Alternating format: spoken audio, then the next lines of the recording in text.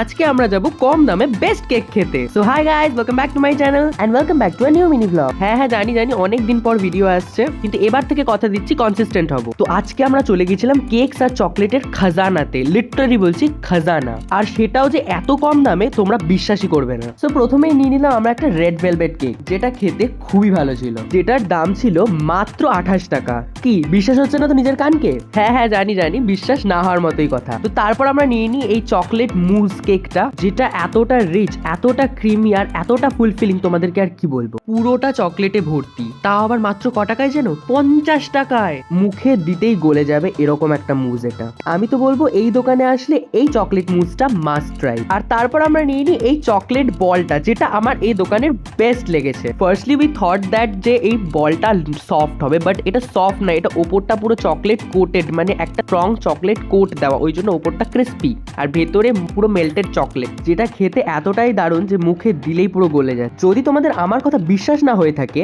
আর যদি তোমরাও এই চকলেটস গুলো ট্রাই করতে চাও, তাহলে তোমাদের চলে যেতে হবে চন্দননগর বাগবাজার মোড়ে।